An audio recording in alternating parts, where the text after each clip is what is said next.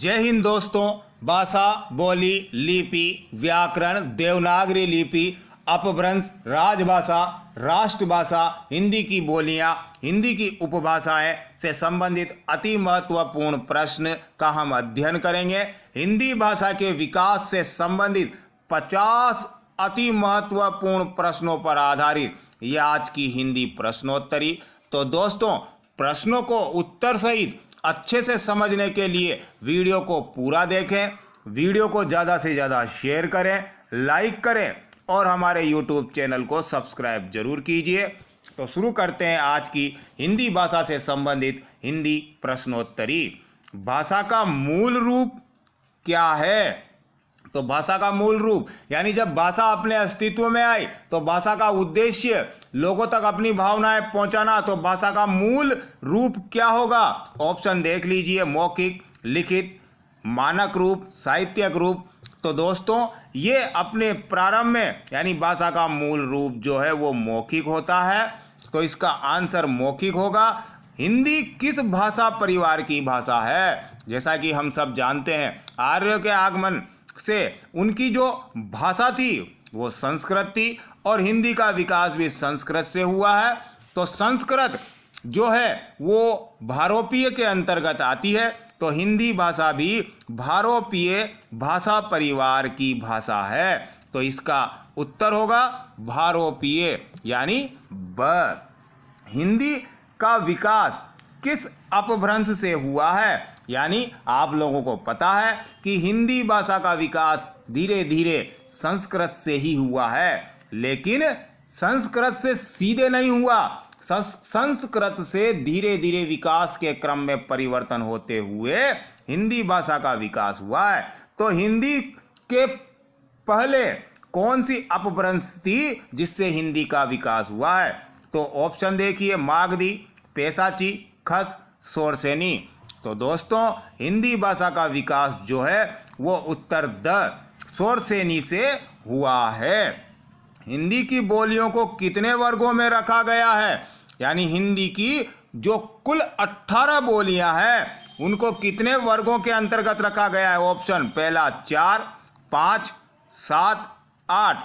तो इसका सही उत्तर है ब 5। तो दोस्तों, इन प्रश्नों को अगर आप अच्छे से अध्ययन करते हो तो परीक्षा में आपको बड़ी ही सुविधा होगी। अधिकतर भारतीय भाषाओं का विकास किस लिपि से हुआ है? यानी भारत में प्रारंभ में प्राचीन काल में 2 लिपियां थी, खरोष्टी और ब्राही। तो इसी से संबंधित यह प्रश्न है कि भारत की अधिकांश भाषाओं का विकास किस लिपि से हुआ है? तो दोस्तों, भारत की अधिकांश भाषाओं का विकास उत्तर द ब्राही लिपि से हुआ है। देवनागरी लिपि का विकास हुआ है। देवनागरी लिपि का विकास किससे हुआ है? जैसे कि ऊपर बताया गया है, भारत की अधिकांश भाषाओं का विकास ब्राही लिपि से हुआ है। तो देवनागरी लिपि का विकास ब्राही लिपि से हुआ है। भारतवर्ष में हिंदी को आप किस वर्ग में रखेंगे? यानी हिंदी हमारी कौन सी भाषा है? तो राष्ट्रभाषा नहीं है। क्यों? क्योंकि राष्ट्रभाषा जो होती है वो संपूर्ण देश की भाषा होती है, लेकिन दक्षिण भारत के कुछ लोगों को आपत्ति होने से ये राष्ट्रभाषा तो नहीं है। विभाषा यानी दूसरी भाषा भी नहीं है, तकनीकी भाषा भी नहीं है। तो ये हमारी राजभाषा है। हिंदी को 14 सितंबर 1949 को भारत की राजभाषा के रूप में संविधान सभा ने स्वीकार किया। अंग्रेजी इसकी सहभाषा है। हिंदी भाषा की लिपि कौन सी है? दोस्तों, आप सब लोगों को पता है कि हिंदी भाषा की लिपि उत्तर ब देवनागरी लिपि है। पश्चिमी हिंदी का उद्भव किस अपभ्रंश से हुआ है? हिंदी की जो 5 उपभाषाएं हैं उसके अंतर्गत आने वाली पश्चिमी हिंदी का विकास किस अपभ्रंश से माना जाता है? ऑप्शन देखिए, पेशाची, सोरसेनी, मागधी, अर्धमागधी। तो इसका सही जवाब होगा उत्तर ब सोरसेनी यानी पश्चिमी हिंदी का विकास सोरसेनी अपभ्रंश से माना गया है। और पूर्वी हिंदी का विकास किस अपभ्रंश से हुआ है? तो इसका सही जवाब होगा उत्तर अर्धमागधी। खड़ी बोली का मूल नाम क्या है दोस्तों? खड़ी बोली जिसको पहले किस नाम से जाना जाता था, उसका वास्तविक नाम, मूल नाम कौन सा है? ऑप्शन ब्रजबोली, बांगरू, कोरवी, वर्नाकुलर खड़ी बोली। तो खड़ी बोली का मूल नाम उत्तर स कोरवी होगा। ब्रजबोली नाम से किस भाषा को जाना जाता है? तो ब्रजबोली, जैसा कि आप जानते हैं, ब्रज भाषा जो बंगाल में बोली जाती है उसको ब्रजबोली कहते हैं। तो इसका सही जवाब होगा उत्तर ब पुरानी बंगला, यानी बंगाल में ब्रज भाषा को ब्रजबोली के नाम से जानते हैं। तो पुरानी बंगला जो है वो ब्रजबोली है। कौन सी भाषा संस्कृत की अपभ्रंश है? यानी हिंदी के विकास के क्रम में संस्कृत के बाद अगली जो अपभ्रंश बनी थी वो कौन सी है? ऑप्शन देखिए, ब्रजभाषा, अवधी, खड़ी बोली, पाली। तो संस्कृत के बाद अपभ्रंश का जो रूप था वो था उत्तर द पाली। वर्तमान हिंदी का प्रचलित रूप कौन सा है? ऑप्शन देखिए, देवनागरी, खड़ी बोली, अवधी, ब्रजभाषा। तो दोस्तों, वर्तमान हिंदी को हम किस रूप में काम में लेते हैं, यानी वर्तमान समय में जब हिंदी का हम उपयोग कर रहे हैं तो ये किस रूप में प्रचलित है? ये इसका सही जवाब होगा उत्तर ब खड़ी बोली। हिंदी की आदि जननी भाषा कौन सी है? आदि जननी यानी जिस भाषा से वास्तव में हिंदी भाषा का जन्म हुआ है वो कौन सी भाषा है? आप सब लोगों को पता है सभी भाषाओं की जननी संस्कृत है। तो इसका सही जवाब होगा उत्तर अ संस्कृत। हिंदी का विकास हुआ है, यानी हिंदी का विकास हुआ तो संस्कृत भाषा से ही है। जन्म संस्कृत भाषा से हुआ है, लेकिन विकास किससे माना जाता है? वो है ऑप्शन ब अपभ्रंश से। यानी हिंदी का जन्म तो संस्कृत भाषा से हुआ है, लेकिन हिंदी का विकास जो है विकास के क्रम में धीरे धीरे संस्कृत से होते हुए अपभ्रंश से विकास हिंदी का माना जाता है। हिंदी क्षेत्र की बोलियों में से 8वीं अनुसूची में स्थान पाने वाली एकमात्र बोली है। संविधान की 8वीं अनुसूची में हिंदी क्षेत्र की जो 18 बोलियां हैं, उन 18 बोलियों में से एकमात्र बोली जो 8वीं अनुसूची में स्थान पा चुकी है वो कौन सी है? ऑप्शन ढूंढाड़ी, अवधी, भोजपुरी, मैथिली। तो इसमें से जो उत्तर द मैथिली है उसको संविधान की 8वीं अनुसूची में शामिल किया गया है। हिंदी की किस बोली में सबसे अधिक फिल्में बनती है? ऐसी हिंदी की 18 बोलियों में से कौन सी बोली है जिसमें सबसे अधिक फिल्मों का निर्माण होता है? तो इसका सही जवाब होगा उत्तर ब भोजपुरी। हिंदी दिवस कब मनाया जाता है? हिंदी दिवस संविधान ने जब हिंदी भाषा को भारत की राजभाषा के रूप में स्वीकार किया तो कौन सी तारीख को किया था? 14 सितंबर 1949 को। तो इसका सही जवाब होगा 14 सितंबर को भारतवर्ष में हिंदी दिवस मनाया जाता है। 8वीं अनुसूची में शामिल भाषाओं की कुल संख्या कितनी है? ऑप्शन देखिए, 22, 15, 18, 24। तो 8वीं अनुसूची में कुल कितनी भाषाएं हैं जिन्हें शामिल किया गया है? तो इसका सही जवाब होगा उत्तर अ 22। हिंदी साहित्य के इतिहास का प्रथम लेखक कौन है? हिंदी साहित्य यानी हिंदी के विकास के बारे में जो ग्रंथ लिखने वाले साहित्यकार हुए हैं उसमें हिंदी साहित्य के इतिहास का वर्णन करने वाले प्रथम लेखक किसको माना जाता है? ऑप्शन देखिए, आचार्य रामचंद्र शुक्ल, जॉर्ज गिरियसन, शिव सिंह सेंगर, गारसा दत्तासी। तो हिंदी साहित्य के प्रथम लेखक के रूप में उत्तर द गारसा दत्तासी को माना जाता है। वर्ष 1955 में गठित प्रथम राजभाषा आयोग के अध्यक्ष कौन थे? तो इसका सही जवाब होगा वी.जी. खरे, यानी उत्तर स। जब 1955 में प्रथम राजभाषा आयोग का गठन किया गया तो उसकी अध्यक्षता यानी अध्यक्ष बनाया गया था वी.जी. खेर को, यानी उत्तर स।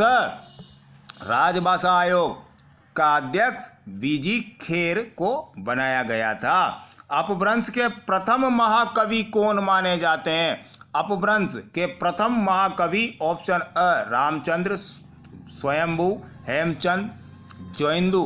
तो इसका सही जवाब होगा अपभ्रंश के प्रथम महाकवि ऑप्शन ब स्वयंभू। भारतीय संविधान में किन अनुच्छेदों में राजभाषा से संबंधित प्रावधानों का उल्लेख है? यानी भारत की जो राजभाषा है उससे संबंधित अनुच्छेद कौन कौन से हैं, यानी कहां से कहां तक के अनुच्छेदों में राजभाषा का प्रावधान किया गया है? तो इसका सही जवाब होगा उत्तर अ 343 से लेकर के 351 अनुच्छेदों तक राजभाषा से संबंधित प्रावधान संविधान के अंतर्गत दिए गए हैं। तो दोस्तों, कृष्ण काव्य की अपार संपदा किस भाषा में लिखी गई है? कृष्ण काव्य, भगवान कृष्ण से संबंधित काव्य रचनाएं किस भाषा में सबसे अधिक की गई है? जैसा कि आप जानते हो, सूरदास जी ने काफी कृष्ण भक्ति कृष्ण काव्यों की रचना की है। तो इसका सही जवाब होगा उत्तर स ब्रज भाषा। मुगल काल में हिंदी भाषा पर प्रभाव डालने वाली भाषा कौन सी थी? मुगल काल, बाबर से लेकर के अंग्रेजों के आगमन तक मुगल काल माना जाता है। तो उस समय हिंदी पर प्रभाव डालने वाली, यानी हिंदी में उस भाषा के कई शब्दों का प्रयोग होता है, वो भी घुल मिल गई। तो हिंदी भाषा पे सबसे अधिक प्रभाव यानी फारसी भाषा ने डाला था। तो दोस्तों, उस समय भारत की जो दरबारी भाषा थी वो फारसी ही थी। मैथिल कोकिल किसे कहा जाता है? यानी मैथिल कोकिल के नाम से किस जो साहित्यकार है उसको माना जाता है? ऑप्शन देखिए, विद्यापति, घनानंद, तुलसीदास, बिहारी। तो इस मैथिल कोकिल माना जाता है ऑप्शन अ विद्यापति को। अपभ्रंश को पुरानी हिंदी कहने वाले प्रथम लेखक कौन थे? Option Ramchandra Shukla, Shiv Singh Sengar, Chandradhar Sharma Guleri, George गिरियसन। तो इसका सही जवाब होगा उत्तर स चंद्रधर शर्मा गुलेरी, क्योंकि इन्होंने अपभ्रंश को पुरानी हिंदी के नाम से कहा था। ये चंद्रधर शर्मा गुलेरी प्रथम लेखक थे जिन्होंने अपभ्रंश को पुरानी हिंदी कह करके पुकारा था। भोजपुरी मूलतः किस प्रदेश की बोली मानी जाती है? जो भोजपुरी हिंदी भाषा की बोलियों के अंतर्गत आती है वो मूल रूप से किस प्रदेश में बोली जाती है? ऑप्शन देखिए, उत्तर प्रदेश, राजस्थान, मध्य प्रदेश, बिहार। तो इसका सही जवाब होगा भोजपुरी जो है वो ऑप्शन द बिहार प्रदेश की मूल बोली है। उत्तर भारत की खड़ी बोली हिंदी दक्षिण में किस रूप में विकसित हुई है? यानी उत्तर भारत में बोली जाने वाली खड़ी बोली हिंदी को दक्षिण भारत में किस रूप में माना जाता है, यानी उसका नाम क्या है? ऑप्शन दक्कनी उर्दू, परिनिष्ठित हिंदी, द्रविड़ हिंदी या दक्कनी हिंदी। तो इसका सही जवाब होगा उत्तर दक्कनी हिंदी। दोस्तों, राजभाषा अधिनियम कब पारित किया गया था? ऑप्शन देखिए, सन 1963, सन 1962, सन 1961, सन 1967। तो इसका सही जवाब होगा उत्तर अ 1963। राजभाषा अधिनियम भारत की संसद ने कब पारित किया था? सन 1963 में। राजभाषा अधिनियम में संशोधन कब हुआ था? यानी संविधान जो संसद है उसने राजभाषा अधिनियम 1963 में पारित किया और उसमें पहला संशोधन किस सन में हुआ था? उत्तर ब 1967 में राजभाषा अधिनियम में संशोधन किया गया था। मंडियाली का संबंध किससे माना जाता है? तो मंडियाली जो भाषा है उसका संबंध किससे है?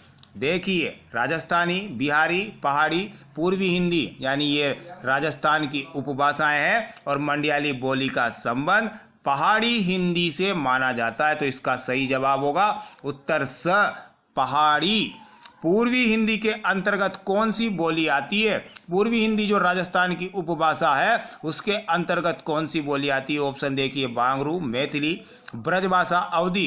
तो पूर्वी हिंदी के अंतर्गत हिंदी की कौन सी बोली आती है? उत्तर द अवधी जो बोली है वो पूर्वी हिंदी के अंतर्गत आती है। पाली प्राकृत भाषाएं किससे विकसित हुई है, यानी पाली और प्राकृत भाषाओं का जन्म विकास किस से माना जाता है। तो ऑप्शन लौकिक संस्कृत, शौरसेनी, वैदिक संस्कृत, पुरानी हिंदी।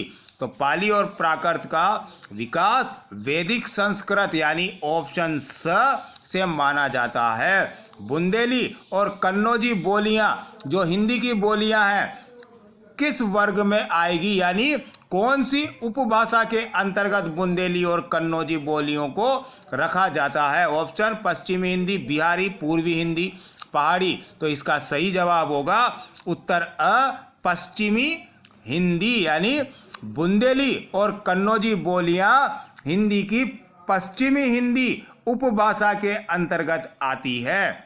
राजस्थानी हिंदी के अंतर्गत इनमें से कौन सी बोलियां आती है। ऑप्शन मेवाती, मालवी, मगही, मैथिली, ढूंढाड़ी, गढ़वाली, बांगरू, बघेली। तो इसका सही जवाब होगा राजस्थानी हिंदी के अंतर्गत उत्तर अ मेवाती और मालवी बोलियां आती है। पाणिनि ने किस ग्रंथ के द्वारा भाषा को एक रूपता देने का प्रयास किया था।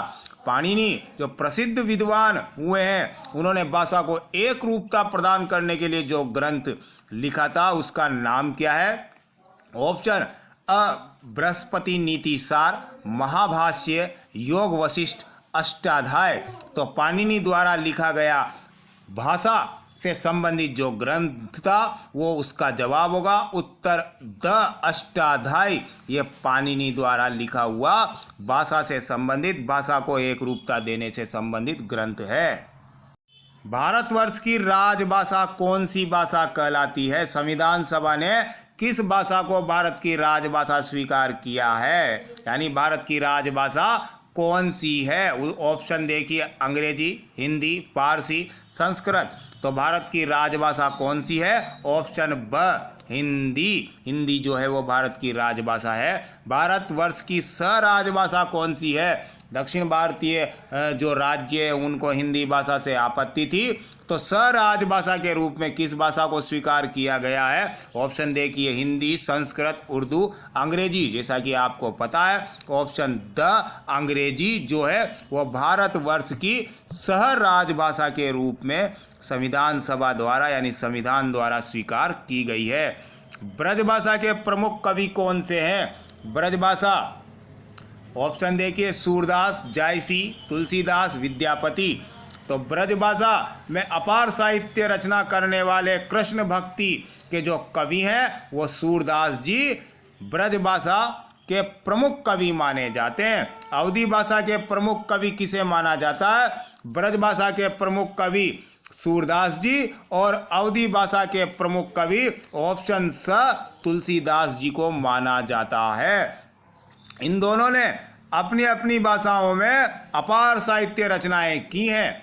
खड़ी बोली का केंद्र स्थान क्या है, यानी खड़ी बोली जिस क्षेत्र में सर्वाधिक बोली जाती है उसका केंद्र स्थान कौन सा है। ऑप्शन देखिए अवध, मथुरा, कुरु जनपद, तिरहुत। तो दोस्तों खड़ी बोली का केंद्र उत्तर स कुरु जनपद क्षेत्र को माना जाता है। अवधी बोली का केंद्र स्थान क्या है। अवधी बोली किस क्षेत्र में ज़्यादा बोली जाती है। ऑप्शन बाराबंकी, बस्ती, बहराइच, अयोध्या।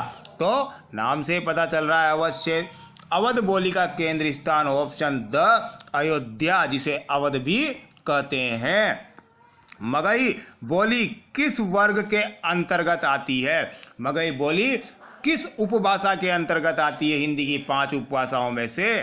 तो ऑप्शन देखिए पश्चिमी हिंदी, बिहारी हिंदी, पूर्वी हिंदी, पहाड़ी हिंदी।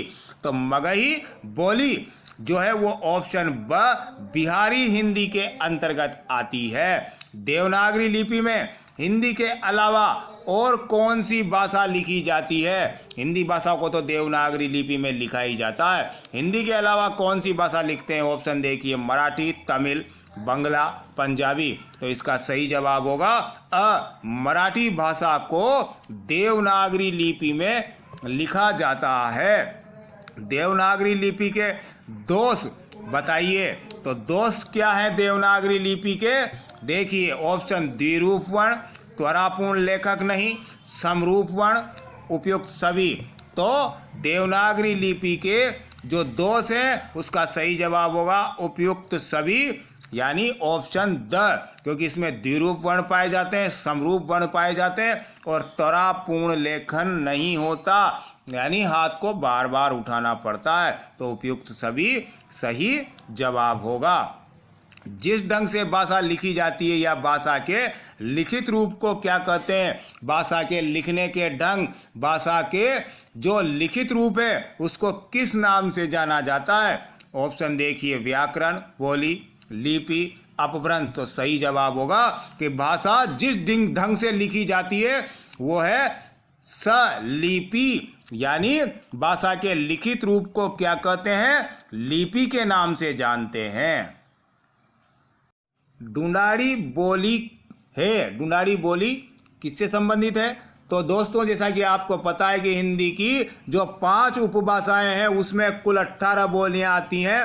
तो ढूंढाड़ी बोली जो है वो राजस्थानी हिंदी उपभाषा के अंतर्गत आती है। तो राजस्थान के किस भाग से संबंधित ढूंढाड़ी बोली है? ऑप्शन देखिए, पश्चिमी राजस्थान की, पूर्वी राजस्थान की, दक्षिणी राजस्थान की या उत्तरी राजस्थान की। तो इसका सही जवाब होगा उत्तर ब, पूर्वी राजस्थान की। संविधान के किस अनुच्छेद के अनुसार संघ की राजभाषा हिंदी और लिपि जो है वो देवनागरी होगी? यानी संविधान के कौन से अनुच्छेद में यह वर्णन किया गया है कि भारत देश की राजभाषा हिंदी होगी और इसकी लिपि देवनागरी होगी? इसका वर्णन संविधान के किस अनुच्छेद में मिलता है? ऑप्शन देखिए, अनुच्छेद 346, अनुच्छेद 345, अनुच्छेद 342, अनुच्छेद 343। तो संविधान के किस अनुच्छेद में राजभाषा हिंदी और लिपि को देवनागरी को बताया गया है? इसका सही जवाब होगा उत्तर द, अनुच्छेद 343। यानी संविधान का अनुच्छेद 343 ये बतलाता है कि भारत देश की राजभाषा हिंदी है और लिपि देवनागरी है। तो दोस्तों, वीडियो कैसी लगी जरूर बताएं और वीडियो को ज़्यादा से ज़्यादा शेयर करें, लाइक करें और हमारे YouTube चैनल हिंदी एकेडमी को सब्सक्राइब जरूर कीजिए। बेल आइकन को प्रेस कीजिए ताकि हमारी आने वाली वीडियो आपको मिलती रहे। जय हिंद, वंदे मातरम।